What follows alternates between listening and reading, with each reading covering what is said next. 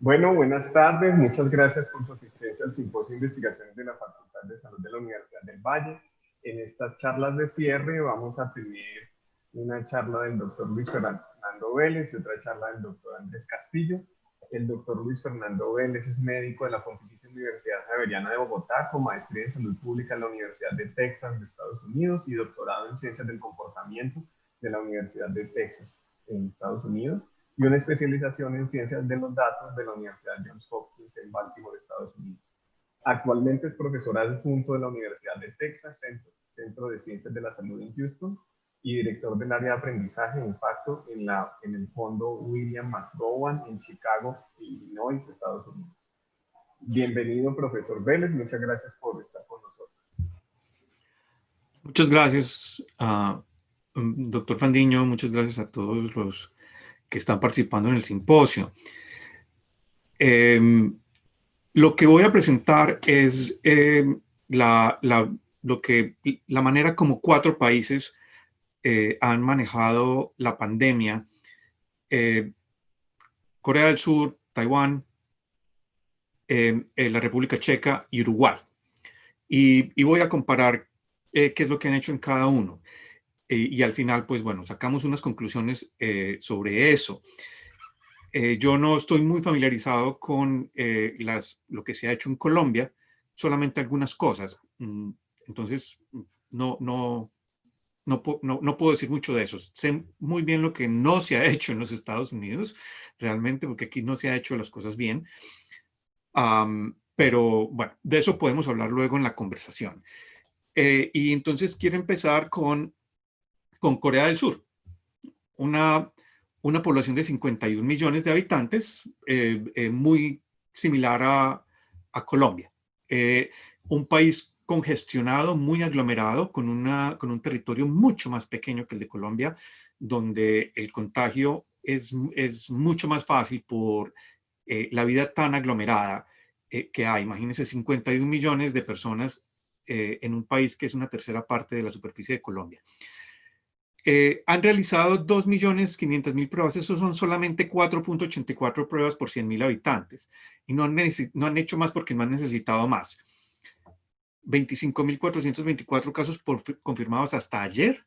Una positividad del 1%. 450 muertes. 450 muertes. Un país de 51 millones de habitantes que está en una península adjunta a la China, donde empezó la epidemia, tiene 450 muertes. Eso es un 0,87 por 100.000 habitantes. El desempleo a octubre 11 era 3.9%. El crecimiento económico proyectado para el 2020 menos un decrecimiento del 1.1% la economía. Y el crecimiento económico proyectado para 2021 es 3.5%. ¿Cuál fue la respuesta de ellos? Desde el día 1, el Centro de Control de Enfermedades de Corea del Sur estuvo en control de la pandemia, de todo lo que se hizo la pandemia. No los ministros, no el presidente, no los senadores, no los alcaldes, no los políticos siguieron las instrucciones y todavía las siguen de las autoridades de salud pública. Tal vez lo más importante de eso, ellos tienen un muy buen sistema de salud pública, un sistema sólido, bien financiado, que es respetado por la población. La prioridad desde el principio fue controlar la pandemia y minimizar la mortalidad. Desde el principio, hay que controlar la pandemia y minimizar la mortalidad. Para que la economía funcione bien, hay que controlar el virus. Ese ha sido un principio de los coreanos. Ellos, entre otras cosas, tienen una serie de videos muy interesantes para los demás países. Yo con mucho gusto comparto el link, son todos en inglés, pero están disponibles. Y ese primer principio es supremamente claro, pero no se ha podido entender en muchos países, que para que las economías funcionen bien hay que controlar el virus. Primero. Segundo, las muertes por el SARS-CoV-2 son evitables e indeseables. Y en esto quiero hacer énfasis porque igual, varios países han manejado esta idea de que, pues bueno, si se van a morir, se van a morir. Suecia, por ejemplo, lo supimos Dijeron, no, dejemos correr la pandemia como salga, igual pues si la gente se va a morir. Aquí en los Estados Unidos también hay varios estados, en los Estados Unidos el estado de Texas dijo en algún momento, no, pues si los viejitos se van a morir, pues que se mueran. Que después ya se tuvieron que echar para atrás porque se vieron que era mucho peor. Pero las muertes son evitables e indeseables. No se tiene por qué morir tanta gente. El cálculo que hace el Instituto Nacional de Enfermedades Infecciosas de los Estados Unidos es que la mortalidad, si todo se controla bien y todo se maneja bien, la mortalidad puede estar entre un 0,5 y un 0,7%. No estamos ahí. En ningún punto estamos ahí. Lo tercero es el bien común prima sobre las prioridades individuales. Esto ha sido un punto álgido en muchos países. No lo fue en Corea del Sur. De hecho, no lo ha sido en ninguno de los países que han tenido éxito controlando esto. Si yo tengo que sacrificar mi comodidad poniéndome máscara, pues la sacrifico. Si yo tengo que sacrificar algo de mi privacidad porque tengo que informar con quienes he estado en contacto, pues lo sacrifico. El bien común prima sobre las prioridades individuales. Y la otra cosa que la tienen ellos muy clara es que es imposible controlar la pandemia sin obtener información acertada y temprana de los infectados, sus movimientos y sus contactos. No es posible. Por principio de epidemiología hay que identificar los infectados, sus movimientos y sus contactos. Es un principio. Y no es un principio inventado porque no te da la gana. Desde John Snow en 1860 con el pozo que tenía cólera en Londres y repetidamente sabemos eso. Sin eso no es posible controlar la pandemia. Entonces, en cuanto a esto, en cuanto a lo del bien común sobre las libertades individuales, lo que Corea hizo primero fue unos mandatos amplios. El uso de máscaras, la restricción de actividades multitudinarias, restricciones en los sitios de trabajo y congregación de gente.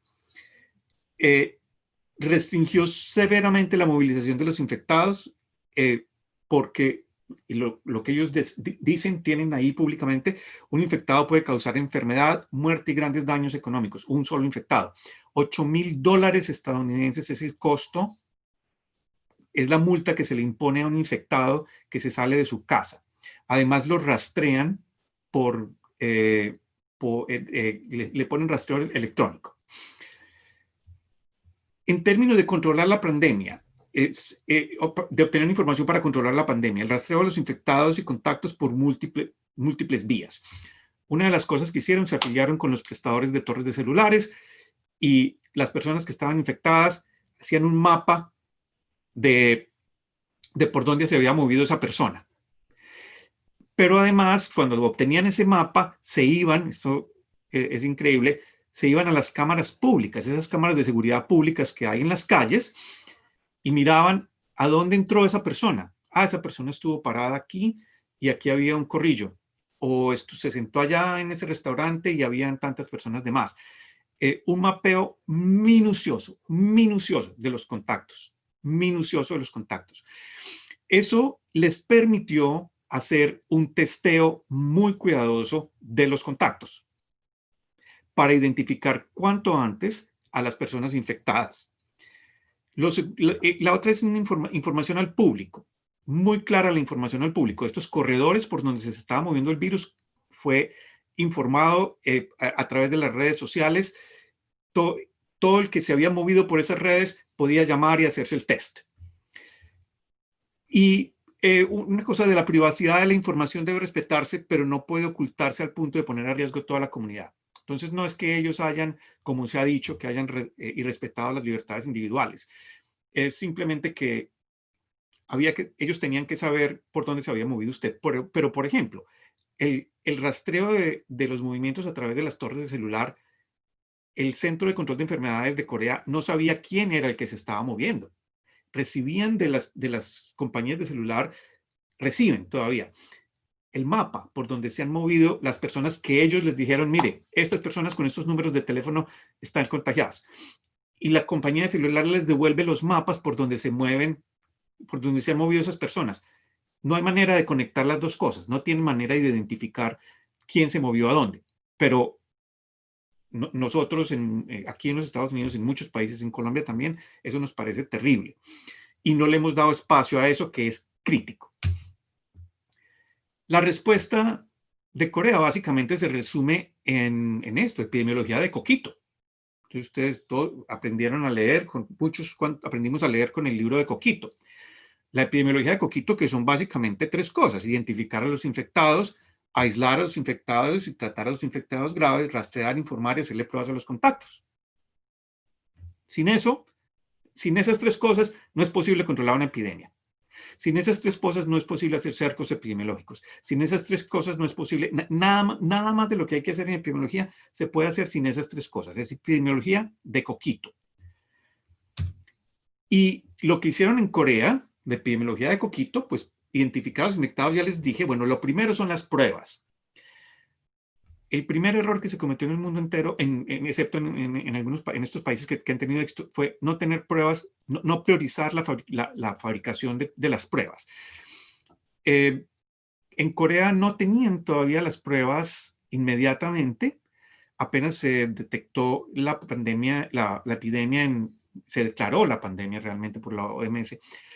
Entonces empezaron a usar unos test pan-corona que detectaban todos los coronas. Eso es un test con mucha sensibilidad, pero muy poca especificidad, ¿verdad? Agarra muchos que no tienen coronavirus. Pero inmediatamente arrancaron con la producción de los test para la detección del coronavirus y rápidamente entonces ajustaron a solamente hacer el CoV-2. Esta experiencia la habían ganado ellos con el SARS, el SARS-CoV-1, que tuvieron esta epidemia muy seria en el 2003. Una alta sensibilidad y especificidad, el uso de PCR. Los test rápidos que no son PCR no son muy buenos. Y una respuesta rápida en Corea del Sur, 4 a 6 horas. Desde el 7 de febrero del 2020, ellos son capaces de entregar una respuesta de PCR en 4 a 6 horas. Aislar a los infectados. Entonces, aislamiento obligatorio, vigilancia, ya les dije la multa para los infectados que no requerían hospitalización, y preparar los servicios de salud para manejar a los infectados graves y proteger el personal de salud. Mucho énfasis hicieron los coreanos en eso. No ha habido ha habido solo una infección hospitalaria en Corea y fue en un hospital psiquiátrico donde no estaban, ellos se olvidaron que los hospitales psiquiátricos eran importantes y que había pacientes.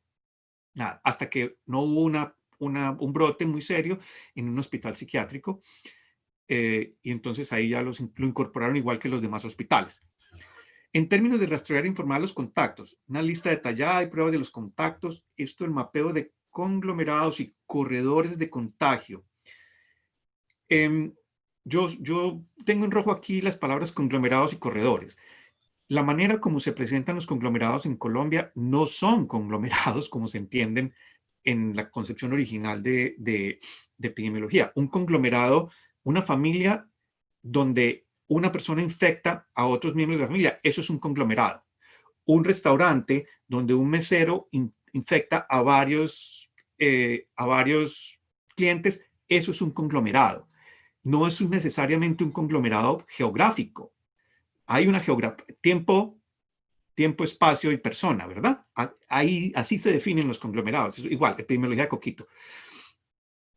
Entonces, hay que definir esos conglomerados porque el virus se mueve en conglomerados. Por la manera como se transmite el virus se mueve en conglomerados. Hay que identificar esos conglomerados, pero de nuevo identificarlos en pequeño, no. Y yo no quiero decir identificar cada mesa en todo el país, pero saber la gente se está infectando a través de este tipo de conglomerados, porque entonces es ahí donde tenemos que controlar. Y resulta que nosotros como humanos tenemos unos patrones de comportamiento predecibles, no uno solo, no 2 ni 5, no sé, una docena, 2 docenas de patrones de movilización. nos tendemos a mover por los mismos sitios y de la misma forma. Eso crea unos corredores por donde el virus se transmite.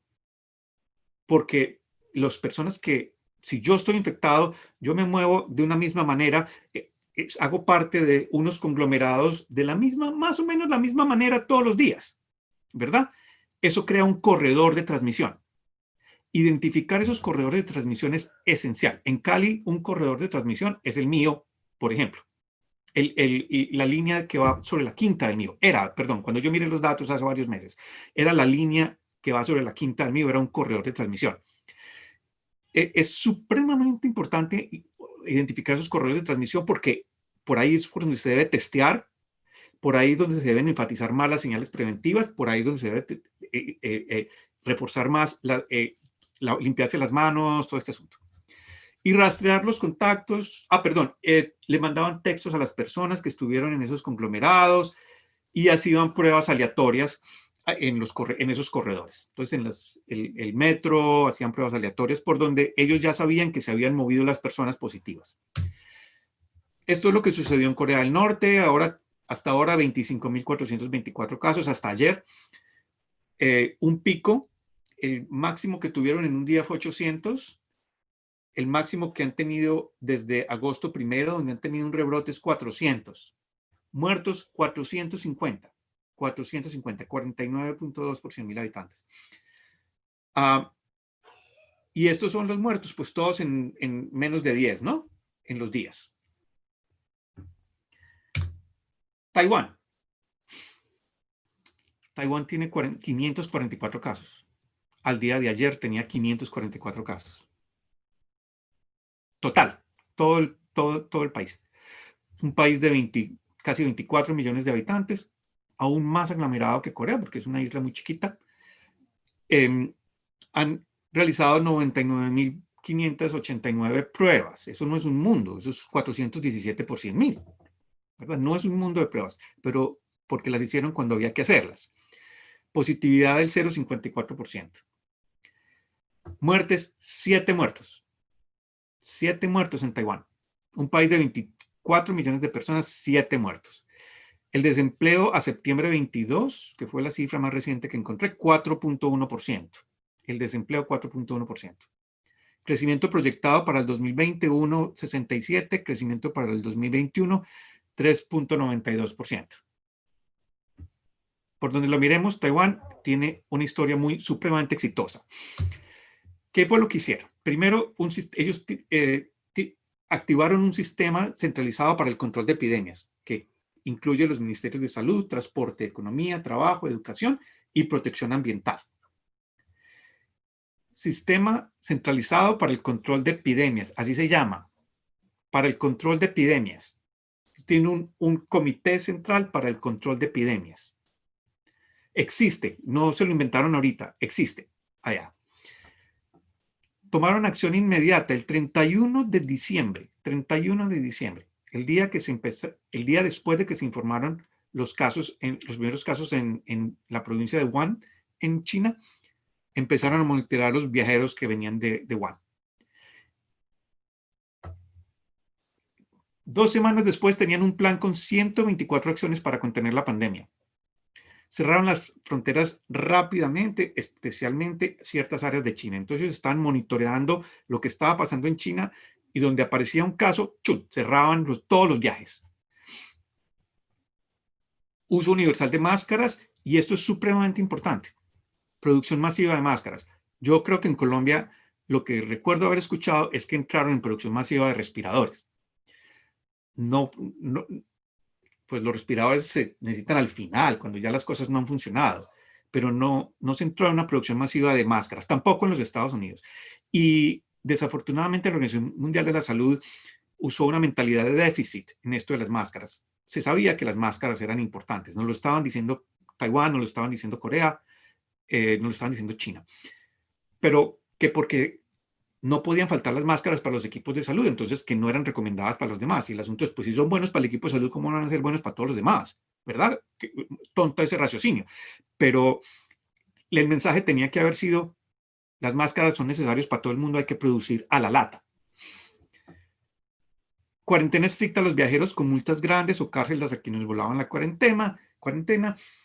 Y esto interesante, penalización de la distribución de información errónea sobre la pandemia.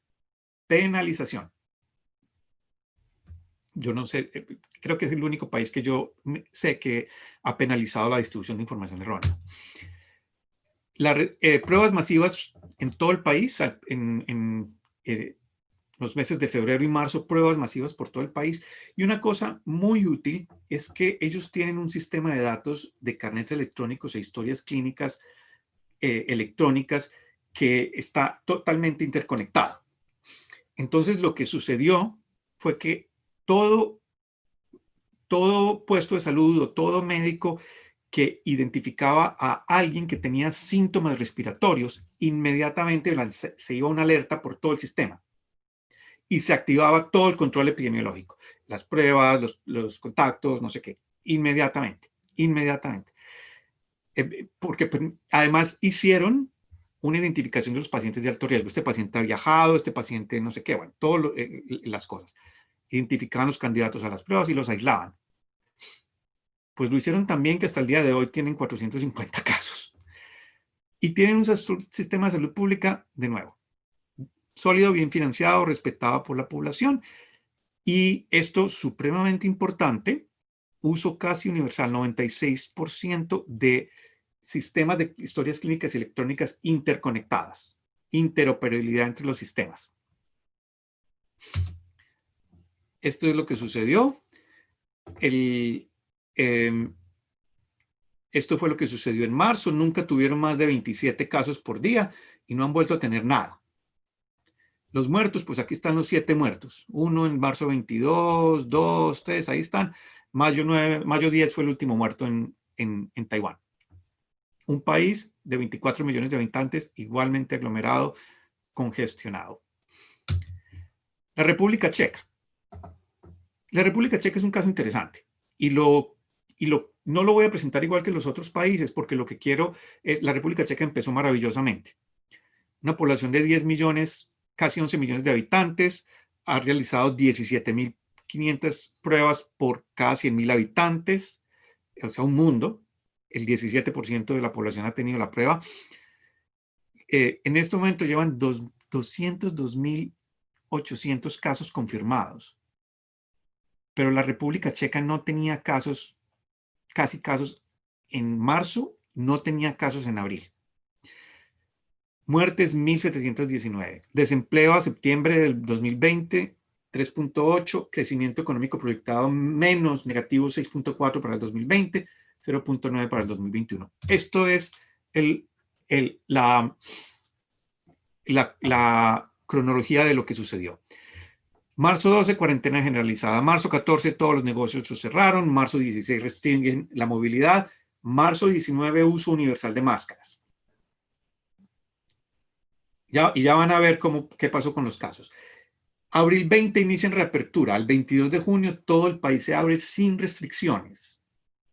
Mayo 1, inician excepciones al uso de la máscara. A 26 de mayo, o sea, 3 semanas después, 3.5 semanas después, el uso de máscara es solo para personas que trabajan a menos de 2 metros. Septiembre 1, restricción de eventos interiores a más de 500 personas. Octubre 21, están ahora pidiéndole a la gente que use máscaras dentro de los vehículos. Octubre 21, porque así es como están. Esto fue lo que sucedió en la República Checa. Nada. Todos estos casos, el 99, más del 99% de esos casos han sucedido en el último mes y medio. Las muertes, igualito. La gran mayoría de las muertes han sucedido en el último mes y medio. Aquí fue cuando relajaron el uso de máscaras, aquí fue cuando reabrieron todo el país, más o menos 2 meses para que empezaran a verse otra vez los casos. Tristísimo, un país que pasa de no haber dejado que la pandemia entrara a estar en una situación en la que tienen casi 200.000 casos y 1.600 muertos. Uruguay. Uruguay es un país muy pequeño, 3,5 millones de habitantes, ¿verdad? pero hizo cosas muy interesantes. Ha realizado 286.000 pruebas, más o menos 8.241 por 100.000 habitantes. Eso es un mundo para una población tan chiquita. 2.623 casos confirmados, una positividad del 0,9%, 52 muertos. Desempleo en octubre 16 es el 10,8%.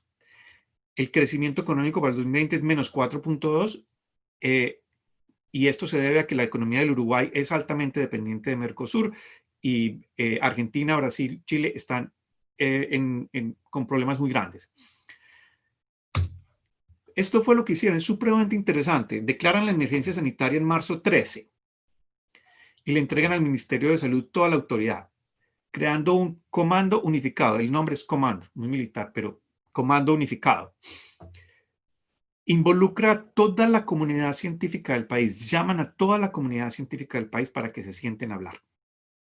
La Universidad de la República del Uruguay, que es la universidad más grande de Montevideo, juega el papel central en todo esto de las discusiones académicas y científicas. Se suspenden todos los espectáculos públicos y las aglomeraciones. Y esto tal vez es lo más importante de todo. A principios de marzo, la Universidad de la República empezó la producción de pruebas en colaboración con el Instituto Pasteur.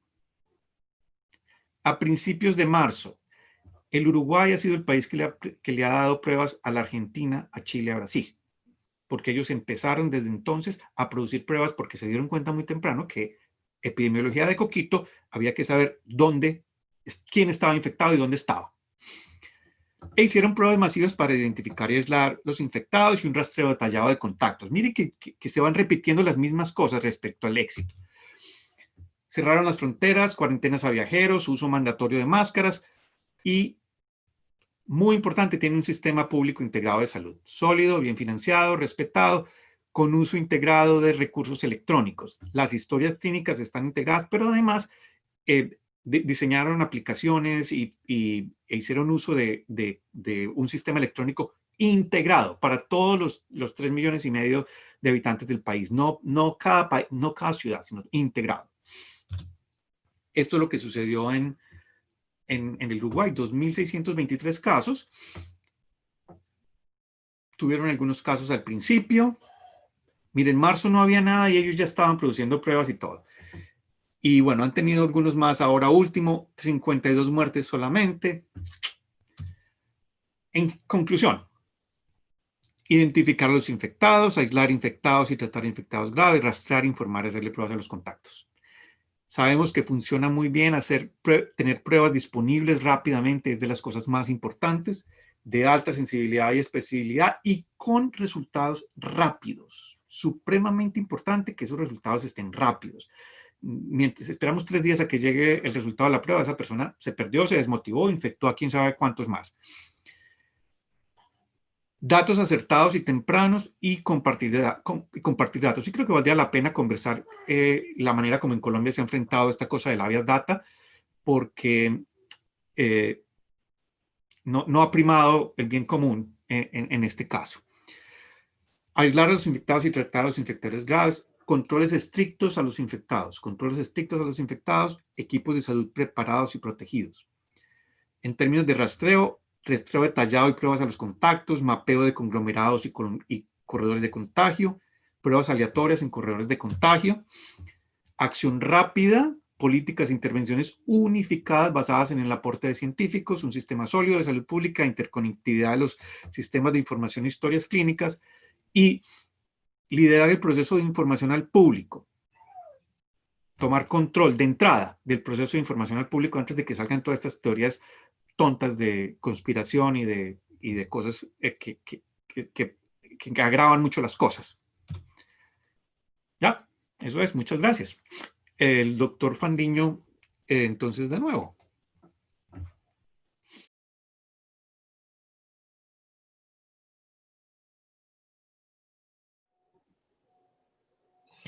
Bueno, muchas gracias al profesor Luis Fernando Vélez por su presentación. Ahora seguimos con la presentación del profesor Andrés Castillo.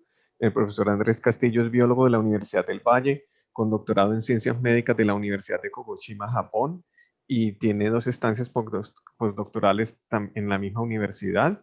es profesor asociado del Departamento de Biología de la Facultad de Ciencias Naturales y Exactas de la Universidad del Valle, en Cali, Colombia, y es miembro del Grupo de Investigación Genética Molecular Humana y Ecología Animal. Bienvenido, profesor Andrés Castillo, muchas gracias. Muchas gracias, profesor Andrés Fandiño, por la invitación a este evento del Simposio de Salud.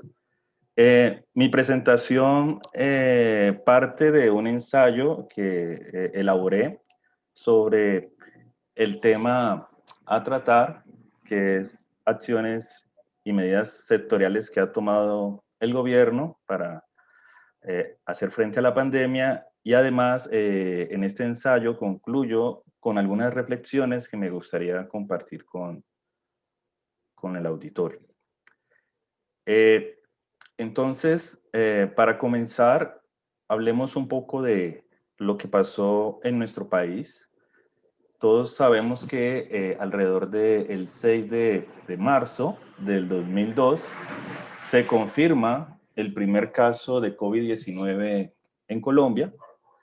Fue un paciente de Bogotá que provenía de la ciudad de Milán, de Italia. Y sabemos que de ese 6 de marzo solamente transcurrieron 3 días para que el ministerio comunicara a través de su página web la presencia de 2 casos más, que también venían en vuelos internacionales, en este caso ambos procedentes de España, y uno de los cuales era una persona que estaba llegando al municipio de Buga, en el Valle del Cauca, y esto hizo que esta persona fuese el primer caso positivo en nuestro departamento. Qué pena, ¿me pueden confirmar si las diapositivas se están pasando? Ya que en mi computador no lo estoy viendo. Gracias. Bueno. Sí, está bien. Ok. Entonces, el 11 de marzo del 2020, la Organización Mundial de la Salud, como todos sabemos, declaró la epidemia de COVID-19 que se originó en Wuhan, en China, como una pandemia. Y ese mismo día, el 11 de marzo, se publica por primera vez en el país un primer boletín de prensa del Ministerio de Salud de Colombia, donde se reporta ese 11 de marzo ya 12 casos positivos para coronavirus, es decir, 6 días después del primer paciente positivo. Y lo interesante es que ese día no solamente se hablaba de casos importados, sino que ya se comenzó a hablar de una posible transmisión local del virus en el territorio nacional. Ya al día siguiente el gobierno nos declara la emergencia sanitaria, y esta emergencia sanitaria se declara bajo un marco de emergencia económica, social y ecológica con miras de enfrentar a la pandemia. En ese mes de marzo, en la tercera semana, si nos acordamos bien, el gobierno comienza a declarar varios decretos, varias medidas para disminuir la propagación del virus dentro del territorio. Entre ellas estuvo el suspender las clases presenciales en colegios y universidades. Se decretó el aislamiento obligatorio para personas mayores de 70 años de edad. Y al finalizar la semana, esa tercera semana de marzo, el presidente Iván Duque declara la cuarentena total en Colombia. Es muy interesante y también cabe recalcar y recordarnos que ese fin de semana, y tras rehusarse durante varias semanas a cerrar las fronteras aéreas, el presidente por fin ordena la prohibición de la llegada de vuelos internacionales al país procedente de países donde ya habían casos positivos.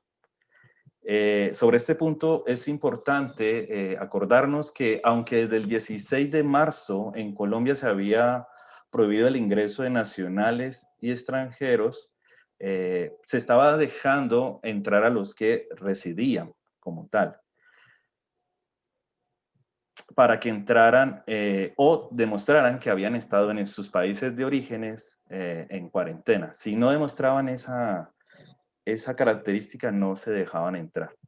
Sin embargo, pues nos dimos cuenta en ese momento que los controles, por ejemplo, de los aeropuertos principales, del Dorado en Bogotá y otros terminales del país, y además por la creciente petición de la academia y de los centros de salud y de investigación de las asociaciones en salud, por fin se toma la medida de cerrar los aeropuertos, pero desafortunadamente se estima que esa demora en cierre de aeropuertos, en ese momento, las personas que alcanzaban a entrar eran el 80% de los casos positivos para coronavirus. Y también desafortunadamente ese fin de semana pues nos da una mala noticia el Instituto Nacional de Salud porque nos informa del primer fallecido por COVID-19 en el país, una persona, un taxista de 58 años de la ciudad de Cartagena, que posiblemente se había contagiado el virus transportando turistas extranjeros en la ciudad murallada. Andrés, Entonces, tus diapositivas están pasando. no sé porque no estoy viendo la pantalla, está congelada completamente. Pero intenta hacerle seguir a ver si vemos otra diapositiva. No, no pasa. Entonces, sería parar presentación y volver. Ahora, O sea, ahora sí, ahora ya veo pasó. la siguiente. Sí, gracias. Vale, listo. Entonces, aparte de ese primer positivo de caso por SARS en el país, ya han pasado al día de hoy 230 días.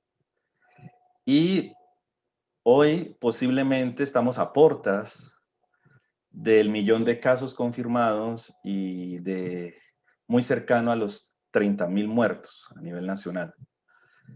Por eso, pensar en un riesgo de una segunda ola de casos, como la que está viviendo en este momento Francia o España, con incluso tal vez más contagiados que en la primera fase de la pandemia, pues nos obliga y obliga a las autoridades de salud en todos los niveles a fortalecer los esfuerzos mediante campañas pedagógicas, y que nuestra gente, que los ciudadanos sigan colocando en marcha o poniendo en marcha la práctica de medidas de autoprotección. Medidas de autoprotección como el lavado de manos, el uso de tapabocas y el distanciamiento social para evitar aglomeraciones. En verdad que han sido las estrategias que han demostrado ser las más eficientes hasta el momento, hasta la fecha, con datos sólidos para disminuir la transmisión del coronavirus. Entonces, cuando me invita el profesor Fandiño a esta presentación, comienzo a escribir este ensayo y posiblemente en este momento muchas de las regiones de nuestro país ya estén iniciando esa segunda ola de contagios. Y por eso no es raro que voces autorizadas como la doctora Marta Ospina, la directora del Instituto Nacional de Salud de Colombia, ya hable de la necesidad de hacer cierres en la medida en que se ponga en riesgo la capacidad de atención hospitalaria y que, de acuerdo con la situación particular de cada territorio, se piense en medidas a nivel sectorizado y no de cierres generales, como antes se habían aplicado. En lo personal, pues no me cabe duda que la cuarentena inicial que duró desde el 20 de marzo hasta el 30 de agosto, o como la llamó el gobierno nacional, aislamiento preventivo obligatorio, colaborativo e inteligente para retomar las actividades productivas, pero restringiendo las interacciones sociales, pues tuvo un efecto notorio en reducir la velocidad de contagio del virus. Y también nos dio tiempo de preparación en los servicios de atención hospitalaria para dar respuesta al reto que en ese momento demandaba la pandemia. Por ejemplo, se logró un aumento de laboratorios de diagnósticos, ya no solamente centralizados, sino en varias regiones del país, y además un aumento en el número de camas UCI para los casos que llegaban con niveles complejos de la enfermedad a nuestros hospitales y clínicas. Entonces, con las aperturas se fueron recuperando espacios económicos, poco a poco, y sociales, sin aumentar de manera preocupante la velocidad de transmisión del virus. Por ejemplo, podemos hablar de lo que ocurrió en nuestra ciudad, en Cali, en donde se llevó a cabo una estrategia de vigilancia epidemiológica por microterritorios por parte de la Secretaría de Salud Pública Municipal, en donde por medio del monitoreo diario de los indicadores de velocidad de transmisión, el RT, por la identificación y cuantificación tanto de casos positivos como de sus contactos estrechos, en comunas, en barrios de la ciudad, se logró poner estas personas en aislamiento obligatorio y preventivo respectivamente. Además, la ayuda a la georreferenciación de estos casos y estos contactos nos permitieron identificar brotes, nos permitieron identificar conglomerados de tipo hogar, conglomerados en el sector de la salud, empresarial, entre otros, y lograr controlarlos.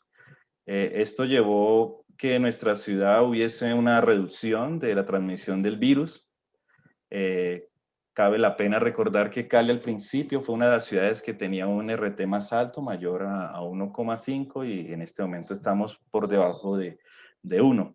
Sin embargo, pues todos sabemos que este esfuerzo se puede ver afectado si las personas y los caleños o en general los colombianos en sus casas no siguen las recomendaciones de autocuidado y, por ejemplo, realizan grandes reuniones o fiestas sin las medidas de protección recomendadas. Pues de allí la importancia de que necesitamos continuar con las campañas de autocuidado en nuestros territorios. En esta parte, entonces, me gustaría compartir algunas reflexiones que he escrito de lo que he podido ver en estos meses de pandemia.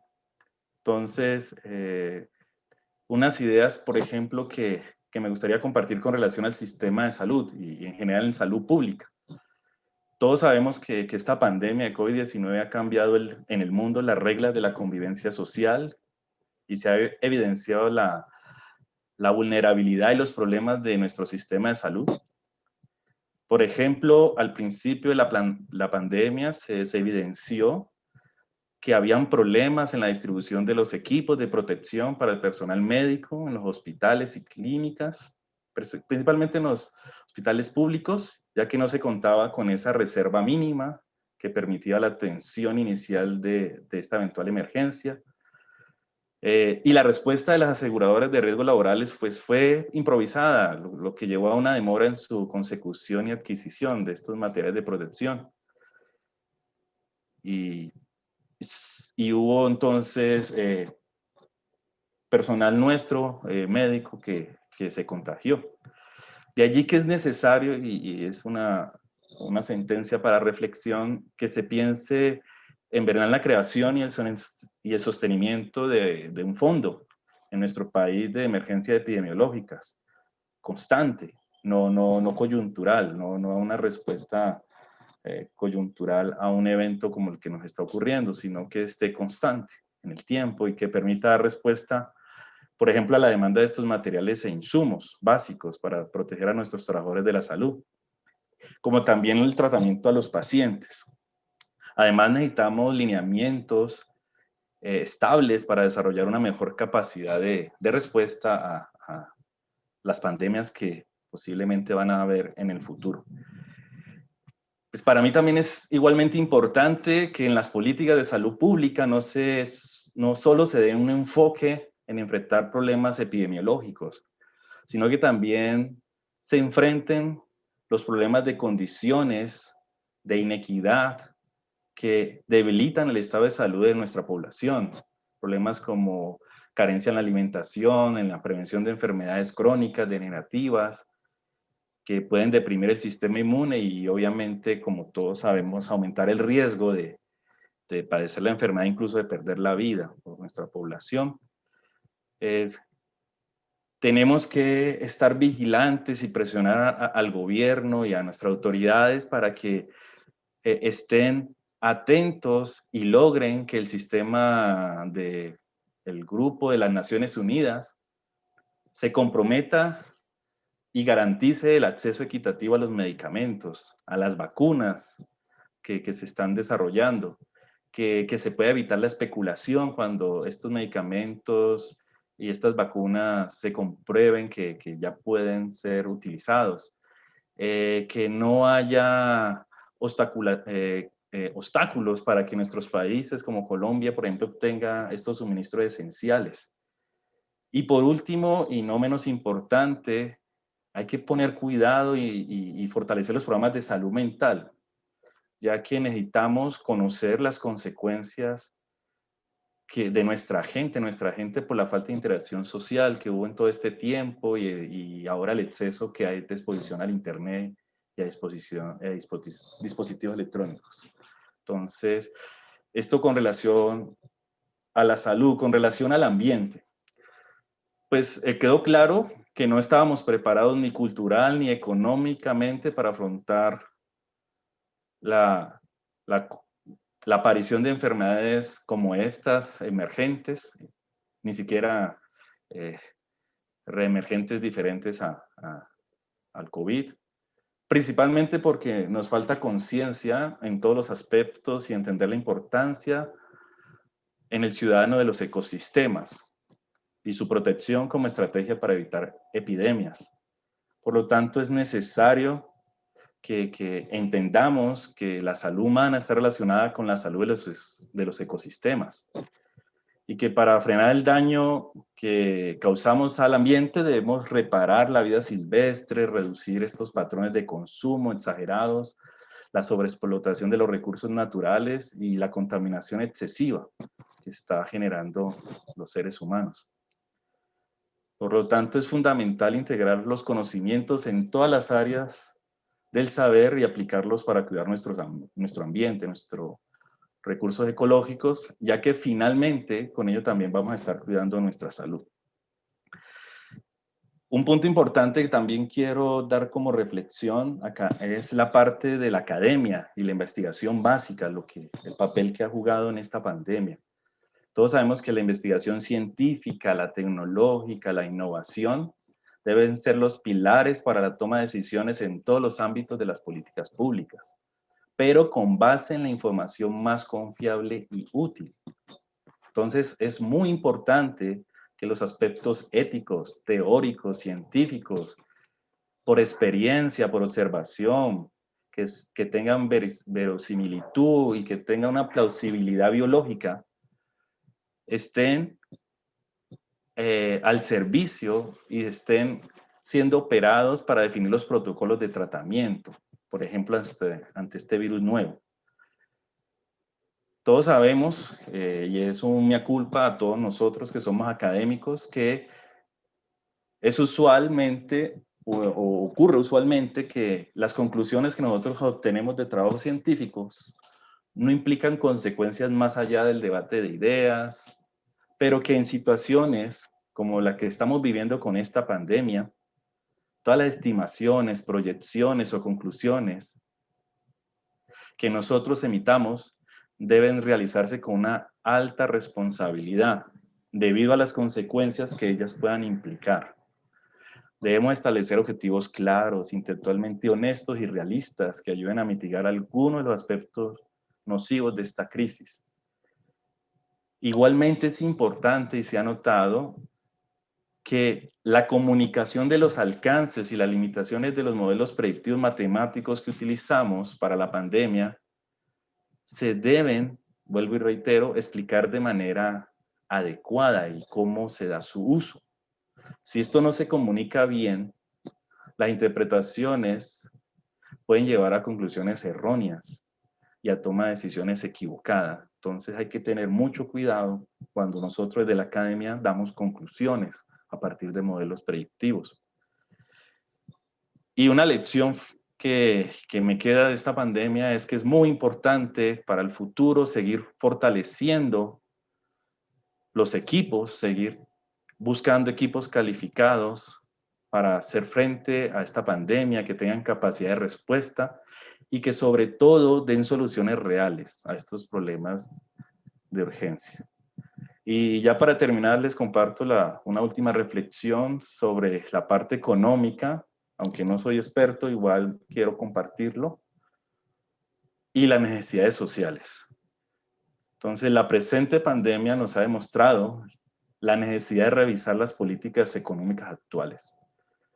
Se requiere posiblemente controlar o negociar con el sector bancario financiero del país para que haya un favorecimiento al empleador, al sector productivo, y así como instrumento de política podamos resolver problemas propios que se están presentando ahorita en la dinámica económica.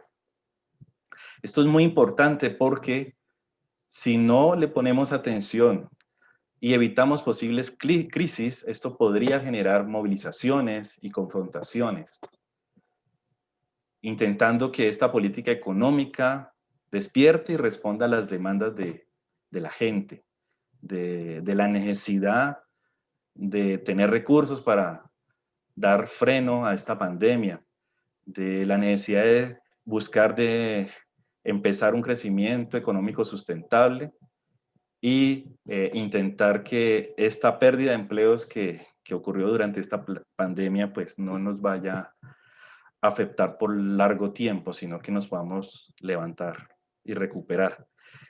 Todos sabemos que actualmente la mayoría de las familias colombianas viven en la pobreza y se confrontan grandes desigualdades socioeconómicas y territoriales.